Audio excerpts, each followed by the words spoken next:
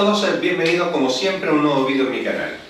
Hoy vamos a resolver lo que sería el último examen que me falta de 2017 de física, el que yo he llamado examen 8. Deciros que perdonadme si me notáis la voz rara, pero que estoy con alergia. Bueno, y aquí tenemos el examen en cuestión. Podéis ir viendo las cuatro preguntas. Podéis ir viendo las cuatro preguntas de qué consta e intentaremos resolverlas a lo largo de este vídeo. Bueno, pues en un primer apartado se nos dice: supongamos que la Tierra redujese su radio a la mitad, es decir, que el nuevo radio fuera el anterior partido por 2, con primas voy a poner las magnitudes nuevas. Manteniendo constante su masa, razone cómo se modificarían la intensidad de campo gravitatorio en su superficie y su órbita alrededor del Sol. De acuerdo. El módulo del campo gravitatorio lo calcularíamos como la constante de gravitación universal por la nueva masa de la Tierra dividido entre el radio al cuadrado, el nuevo radio al cuadrado. Pero sabemos que m' es igual que m, por lo cual esto lo puedo poner así, dividido entre r', que es r partido por 2, y al cuadrado. Es decir, me quedaría gm elevando al cuadrado esa fracción, quedaría r cuadrado dividido entre 2 al cuadrado, que es 4. Este 4 pasa de dividir el denominador al numerador y tendríamos que sería 4 veces g masa de la Tierra dividido entre r cuadrado. Si os fijáis, esto es la intensidad del campo gravitatorio inicial, es decir, esto sería la g, por lo cual la g' va a ser 4 veces en módulo mayor que g. Eso con respecto a la intensidad del campo gravitatorio. Con respecto a la órbita, pues la órbita no va a cambiar, porque si recordáis, el radio orbital solo variaba con la velocidad, bueno, con la masa del planeta. En este caso, la masa nos han dicho que no varía. Si recordáis, el radio orbital se obtenía como g por masa de la Tierra, en este caso, dividido entre la velocidad orbital al cuadrado. Entonces, claro, si no cambia la masa de la Tierra, mientras mantenga la velocidad, pues no tiene por qué cambiar la órbita. Esta fórmula es muy sencilla de demostrar. Recordad que si igualáis la fuerza gravitatoria, g, masa del planeta, masa del satélite, entre el radio orbital al cuadrado, a la fuerza centrípeta, mv cuadrado partido por r, se me van las masas del satélite, se me va la r, y despejando r, vendría para acá, la v cuadrado, pues ya tendré esa expresión, ¿no? R sería igual a gm partido por v cuadrado. Entonces no se modificaría la órbita, porque el radio seguiría siendo constante siempre y cuando la velocidad se mantenga constante. Con esto hemos respondido al apartado A. En un apartado B se nos dice que la Luna describe una órbita circular alrededor de la Tierra.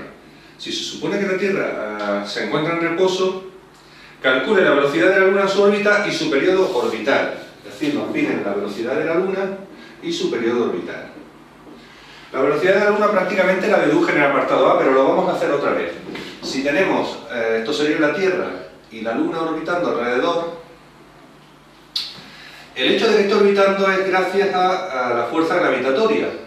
Pero esta fuerza gravitatoria sería una fuerza centrípeta por el hecho de ser responsable de un movimiento circular.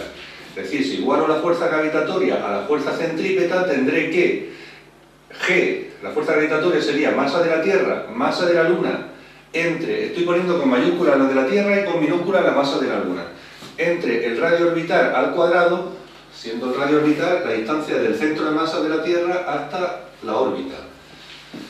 Una fuerza centrípeta sería m por v cuadrado partido por r. Entonces, se nos va la r, es lo mismo que hice en el apartado A, solo que ahora en lugar de r voy a despejar la velocidad, que es lo que nos piden, que ya me aparece despejada. Es decir, de aquí podemos ver que la velocidad, como está al cuadrado o paso como raíz cuadrada, será la raíz cuadrada de gm partido por r. Solamente echarle valores, la velocidad será igual a la raíz cuadrada de 6,67 por 10 elevado a menos 11 newton metro cuadrado por kilogramo menos 2, por m, masa de la Tierra, 5,97 por 10 elevado a 24 kilogramos. Por cierto, no sé, yo siempre entendí que eran 5,98 en lugar de 5,97, no sé, buscarlo por ahí por curiosidad. Dividido entre el radio orbital, que sería la distancia Tierra-Luna, pues 3,84 por 10 elevado a 8 metros. En realidad tendrían que haberme dado el radio de la Tierra, pero como no me lo dan, voy a suponer que sería esta la distancia, ¿de acuerdo? Porque la distancia Tierra-Luna, esos 384.000, están medidos desde la superficie. Pero bueno, como no nos dan el radio, tenemos que tomarla como radio orbital eso. Hago cuentas con la calculadora y os cuento. Si no me he equivocado yo, eso me da 1018 metros por segundo menos 1, que sería la velocidad de la Luna en su órbita terrestre. Por otro lado, se nos pide el periodo. Pensar en una cosa. A lo largo de un ciclo de la Luna, el espacio que recorre será 2pi por el radio orbital. Es decir, puedo decir que la velocidad va a ser igual a 2pi por el radio orbital entre el tiempo que tarda en dar una vuelta, que se llama periodo. Si de aquí despejo el periodo será 2πr dividido entre la velocidad. Es decir, 2pi por 3,84 por 10 elevado a 8 metros, dividido entre la velocidad, que la tengo aquí, 1018 metros por segundo menos 1. Se me van metros. Segundo menos 1 en el denominador, que subiría arriba como segundo, como corresponde a la unidad de un periodo, es decir, el tiempo. Hago estas cuentas con la calculadora y me sale que el periodo sería 2,37 por 10 elevado a 6 segundos, lo que viene a ser 27,43 días. Bien, con esto hemos terminado el apartado 1. Bueno, vamos con el problema 2. En un apartado A se nos dice que 3 partículas, un protón, yo lo he señalado con un más porque tiene carga positiva, un electrón con un menos y un neutrón con una n. Ambos van con velocidad v sub 0 por i. Es decir, en sentido creciente, en la misma dirección del eje X, en sentido creciente, y penetran en una región en la que existe un campo eléctrico E con esta dirección y sentido. Entonces se nos pide que analicemos las trayectorias de cada una de esas partículas dentro de la región donde existe el campo eléctrico. Decir que un campo eléctrico sobre una carga ejerce una fuerza que vendrá determinada por el producto de la carga y el vector intensidad de campo eléctrico. Entonces, esta fuerza tendrá la misma dirección y sentido que si la carga es positiva, cosa que ocurre al protón, es decir, el protón cuando esté dentro de la región, la fuerza va a ir hacia allí, la fuerza que le ejerce el campo eléctrico.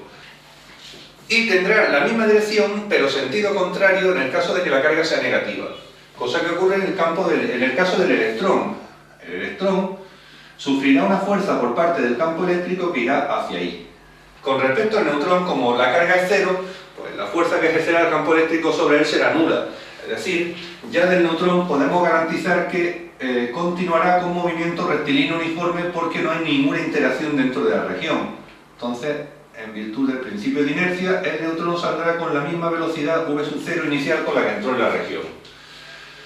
El protón, como ha sido acelerado en sentido creciente del eje X, pues cuando salga de la región tendrá una velocidad v' de tal forma que, en este caso, v' del protón será mayor que v0 módulo. El electrón le pueden pasar dos cosas. Puede ocurrir que esta fuerza sea responsable de que no consiga llegar hasta el final de la región, es decir, se vaya frenando y a partir de aquí pues vuelva con movimiento rectilíneo uniformemente desacelerado o con aceleración negativa si queréis.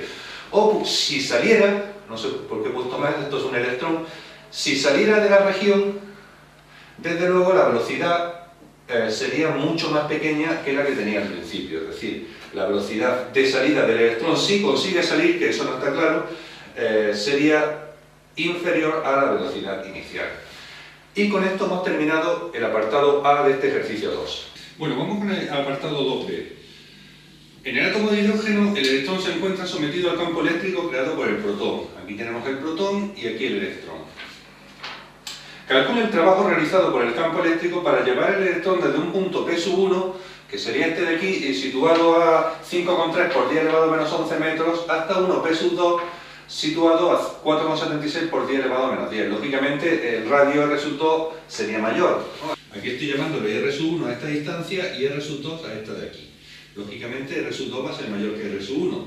Es decir, el electrón se va a desplazar desde una zona más interior hasta una más alejada del protón.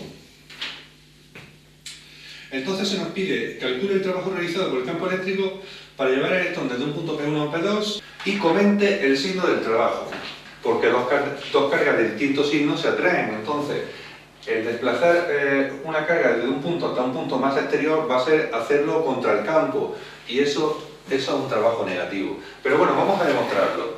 Entonces, el trabajo para desplazar la carga desde el punto P1 hasta el P2 sería igual a la integral desde R1 hasta R2 de la fuerza por diferencial de R. Como hemos dicho, las fuerzas son atractivas. Eso quiere decir que la fuerza sobre el electrón va a ir para allá. Es decir, va a tener dirección menos I. La fuerza, si yo hago por aquí aparte el producto F diferencial de R, la fuerza sería su módulo, que sería K por Q, como la carga del protón y el electrón son las mismas, puedo poner por Q cuadrado dividida entre R cuadrado. Pero, dirección menos I, lo pongo por aquí. Diferencial de R, pues sería sencillamente diferencial de R, pero fijaros que como se desplaza de aquí hacia allí, nosotros estamos considerando el eje X hacia afuera. Entonces, el diferencial de R será un vector con la misma dirección y sentido de crecimiento del eje X. Por lo cual, esto sería por I. El producto escalar de menos I por I da menos 1. Recordad que un producto escalar se podría calcular como módulo de uno por módulo de otro por coseno del ángulo que forma. Módulo de este es 1, módulo de este es otro, y el ángulo que forma menos I son 180 grados cuyo coseno es menos 1. Es decir, todo esto sería menos KQ cuadrado partido R cuadrado diferencial de R. Y esto lo voy a utilizar aquí. Esto sería la integral desde R1 hasta R2 de este producto escalar que hemos visto que vale esto. El signo menos, bueno, lo voy a dejar indicado. KQ cuadrado partido R cuadrado diferencial de R. K y Q son constantes, el signo menos también, por lo cual lo puedo sacar fuera. Menos KQ cuadrado por la integral de diferencial de R entre R cuadrado entre los puntos R1 y R2. Borro por aquí y seguimos. La integral de diferencial de R partido por R cuadrado es igual que menos 1 partido por R. Todo eso evaluado entre R1 y R2.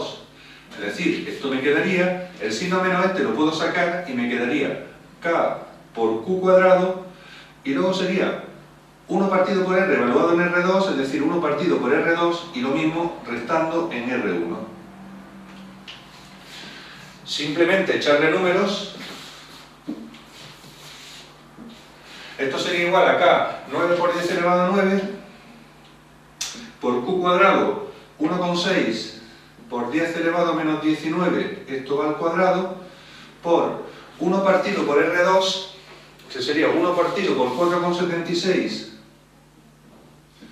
por 10 elevado a menos 10 metros, menos 1 partido por R1, que sería 1 partido por 5,3 por 10 elevado a menos 11. Hago estas cuentas con la calculadora y si yo no me he equivocado, esto da menos 3,863 por 10 elevado a menos 18 julios, que sería el trabajo necesario para desplazar el electrón desde este punto a este. Lógicamente, como ya anticipamos, es un trabajo negativo. ¿Eso qué significa? Que no lo va a realizar el campo, se necesita la acción de una fuerza externa para poder desplazar el electrón desde aquí hasta aquí. Algo parecido a si yo quiero elevar el rotulador desde aquí hasta aquí. Solo no se va, necesito aplicarle una fuerza para que se pueda levantar. Es decir, este trabajo sería negativo. Al contrario que si yo lo quiero desde aquí hasta aquí. Si yo lo dejo caer, él vendría solo hasta aquí. Eso sería un trabajo positivo. En este caso sale un trabajo negativo, con lo cual el campo no realiza el trabajo. Se necesita la acción de una fuerza externa a dicho campo. Con esto hemos terminado el ejercicio 2. Bueno, vamos a resolver ya el ejercicio 3. En primer lugar, que construyamos la imagen a través de un espejo cóncavo esférico de un objeto situado entre F y 2F, es decir, la distancia focal que sería esta y 2 veces la distancia focal que coincidiría con el centro de la circunferencia, y por otro lado un objeto que esté situado entre el espejo y el foco, así como analizar las características de la imagen. Empezamos con este. Si tenemos un objeto de altura i situado entre las distancias f, la focal, y 2f, recordad que siempre el foco en un espejo esférico está situado justo en el punto medio del segmento que forman el centro de la esfera y la superficie del espejo. Entonces, si un rayo pasa paralelo al eje X, saldrá apuntando hacia el foco. Por otro lado, un rayo que pase por el centro de curvatura rebotará por el mismo camino. Aquí lo tenemos, un rayo que pase justo por el centro de curvatura y toque el extremo superior del objeto, rebotará y volverá por el mismo camino. Fijaros que los dos rayos se cortan en este punto. Aquí tenemos la imagen Y' que daría el espejo de ese objeto. Si os fijáis, es una imagen real, está formada por el cruce de dos rayos reales, es invertida, va hacia abajo y además es ampliada, se ve mayor que Y. Vamos a ver qué ocurriría en este caso. Análogamente, un rayo que pase paralelo al eje X saldrá apuntando hacia el foco. Por otro lado, un rayo que pase por el centro de curvatura y el extremo superior del objeto volverá por su propio camino. Si os fijáis, las dos imágenes se cortarían, vamos a ponerlo así porque casi no me cabe, aquí. Y esta sería la imagen que daría el espejo Y' del objeto Y. En este caso, es una imagen virtual, está formada por la prolongación de los rayos, no por rayos reales como ocurría ahí, es una imagen virtual, es derecha, va hacia arriba y es también ampliada. Con esto hemos terminado el apartado 3A. Bueno, vamos con el apartado 3B. En eso nos dice que un haz de frecuencia 5 por 10 elevado a 14 hercios o segundo menos 1 viaja por el interior de un bloque de diamante. Este sería el haz.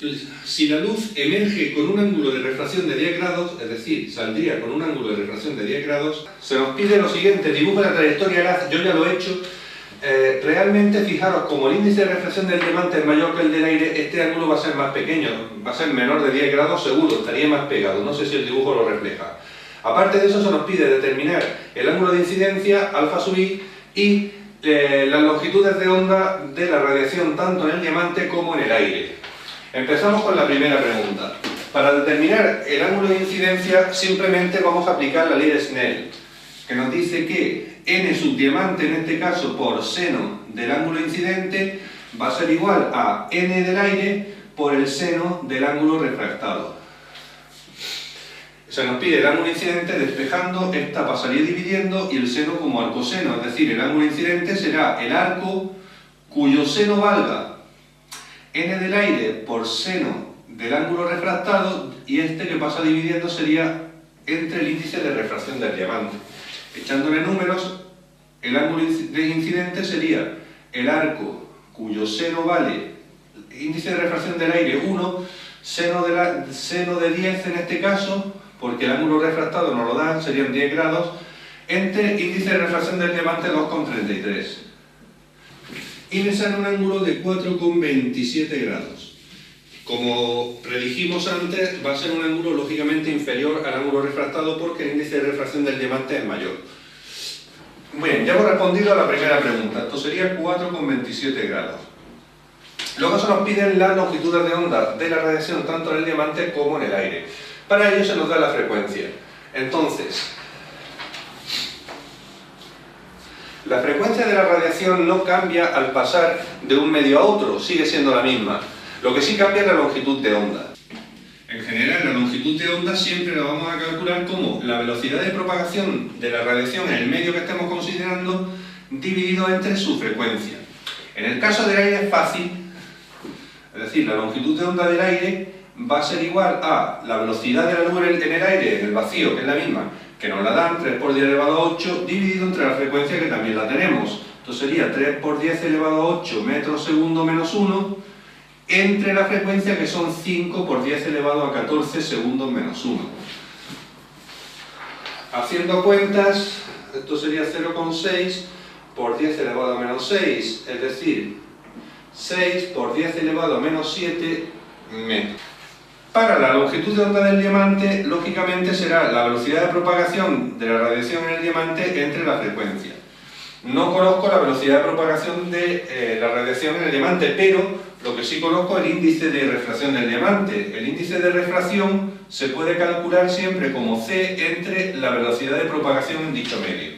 De aquí despejo V sub T, que sería igual a C partido por el índice de refracción del diamante, es decir, 3 por 10 elevado a 8 metros por segundo menos 1 entre 2,33. Hago esas cuentas con la calculadora, estos son 7 tercios, 9 séptimos, serían 1,2857, pues 1,28 redondeando 6, séptimos, 7, sí, por 10 elevado a 8 metros por segundo menos 1. Ya tenemos la velocidad de propagación en el diamante, pues simplemente hacer las cuentas. La longitud de onda en el diamante sería esta velocidad, 1,286 por 10 elevado a 8, esto sería metros por segundo menos 1, entre la frecuencia, que es 5 por 10 elevado a 14 segundos menos 1. Haciendo esas cuentas,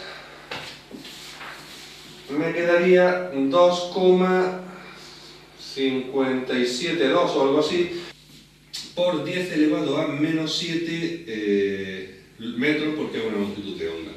Y con esto hemos terminado ya el ejercicio 3. Vamos con el ejercicio 4. En primer lugar, es una cuestión de teoría. Explica la hipótesis de de Broglie de dualidad onda-corpúsculo y por qué no se considera dicha dualidad al estudiar los fenómenos macroscópicos. ¿De acuerdo? Iré muy rápido porque es una cuestión que tenéis en vuestros libros. La hipótesis de Broglie supuso que a cualquier partícula de masa m se le podía asociar una longitud de onda, es decir, se podía considerar como una onda sin más que asociarle una longitud de onda que sería igual a h, la constante de Planck, entre el momento lineal, que es el producto de m por la velocidad, siendo lógicamente la constante de Planck 6,63 por 10 elevado a menos 34 julios por segundo. ¿Por qué no se puede asociar estos fenómenos macroscópicos? Pues precisamente por esto, por la pequeñez de h. h es demasiado pequeño, entonces, si aquí pongo una masa también muy grande, la longitud de onda va a ser tan pequeña que va a ser inapreciable. De hecho, los fenómenos ondulatorios prácticamente pues, se pueden observar desde luego con partículas como son los electrones, y puede verse también a lo mejor con los nucleones, con protones, neutrones, pero ya si pasamos al nivel de átomos, moléculas, ya va a ser más difícil encontrar este tipo de fenómenos. Por lo cual, la pequeñez de h hace que los fenómenos ondulatorios sean solamente aplicables a partículas microscópicas. Nadie va a ver la difracción de, no sé, de una piedra. Eso no va a ser posible. En fin, no voy a contar nada más por eso, porque son cuestiones que tenéis en vuestros libros y no me gusta alargar los vídeos demasiado. Bueno, vayamos al apartado 4b.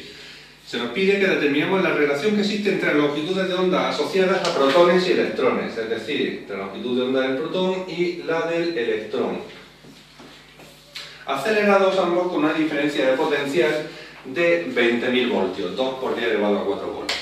Obviamente vamos a calcular la longitud de onda del protón como la constante de Planck entre la masa del protón por la velocidad del protón. Y análogamente, la longitud de onda asociada al electrón sería la constante de Planck entre la masa del electrón por la velocidad del electrón. Por supuesto que la longitud de onda del electrón va a salir mucho mayor que la del protón. Por un lado, la masa es mucho más pequeña, al ir dividiendo hace que esta cantidad, el cociente sea mayor, pero la velocidad va a ser mayor porque tiene la misma carga y al tener menos masa va a ser acelerado mucho más. De hecho, la masa del electrón creo que era 1836 veces más pequeña que la masa del protón. Es decir, cabe esperar que la longitud de onda del electrón salga bastante mayor. Más o menos en relación a lo que os decía, va a ser más apreciable cuanto la partícula sea más pequeña, los fenómenos ondulatorios. Al acelerar las partículas por una diferencia potencial de 20.000 voltios, lo que vamos a tener es que el incremento de la energía cinética que adquirirán será igual al producto de la carga por la diferencia del potencial. Por otro lado, el incremento de la energía cinética también será un medio de la masa por el incremento de la velocidad al cuadrado. Si despejamos de aquí el incremento de la velocidad, el 2 pasa multiplicando, la m dividiendo, tendremos 2q delta de v partido por m y el cuadrado pasaría como raíz cuadrada. Así podemos calcular el incremento de la velocidad de las dos partículas. Si suponemos que parten del reposo, pues sería la velocidad final de la partícula, que es lo que vamos a hacer. Tenemos que calcular la velocidad del protón y del electrón, pero ambas van a ser con esa fórmula, sin más que cambiar la masa de cada uno de ellos. Entonces, para el caso del protón, el incremento de la velocidad del protón, vamos a llamarle simplemente velocidad, suponiendo que parten del reposo. Sería igual a la raíz cuadrada de 2 por la carga del protón, que es 1,60 por 10 elevado a menos 19 coulombs, me la dan como dato, por el incremento del potencial, que es 20.000 voltios, 2 por 10 elevado a 4 voltios, dividido entre la masa del protón, que era 1,67 por 10 elevado a menos 27 kilogramos. Y análogamente ocurriría para el electrón, así calcularíamos la velocidad del electrón final. Hago estas cuentas con la calculadora y ahora mismo os comento. Bien, ya he hecho ambas cuentas y me salen estos resultados. Para el protón una velocidad final de 8,382 por 10 elevado a 7 metros por segundo menos 1, y para el electrón con una velocidad de 1,958 por 10 elevado a 6 metros por segundo menos 1. Lo único que nos queda es sustituir aquí ambas velocidades y ya tendremos calculadas las longitudes de onda de cada uno de ellos. Bueno, las longitudes de onda asociadas al protón y al electrón las calcularíamos utilizando esa expresión. Yo he hecho ya los números, la constante de Planck, por ejemplo, para el protón entre la masa y la velocidad que hemos calculado antes, y me saldría 2,028 por 10 elevado a menos 13 metros. Para el electrón, haciendo las mismas cuentas, me sale 8,683 por 10 elevado a menos 12. Bueno, lógicamente la longitud de onda del electrón sale mayor que la del protón, debido sobre todo a que la masa es mucho más pequeña, la masa del electrón que la del protón, aunque la velocidad era mayor la del electrón, pero la masa es mucho más pequeña y eso es lo que puede. En definitiva, nos pedían la relación que hay entre las dos longitudes de onda. Si dividimos la longitud de onda del electrón entre el protón, cosa que he hecho aquí, me sale que la longitud de onda del electrón es aproximadamente 42,8 veces mayor que la longitud de onda del protón. Y con esto hemos terminado el ejercicio 4 y en consecuencia todo el examen. Espero como siempre que os sea de ayuda. Si os ha gustado, por favor me dais un like. Sí decir que con este vídeo he terminado todos los exámenes de selectividad de Andalucía de 2017. Seguramente que en próximos vídeos empezaré con los de 2016. El que sea un examen un año o dos o lo que sea atrás no significa que no os sirva para prepararos. De hecho, cualquier examen de 2016 podría ser perfectamente un examen en 2017 o en 2018. Bueno, pues lo dicho, muchas gracias y nos vemos en un próximo vídeo.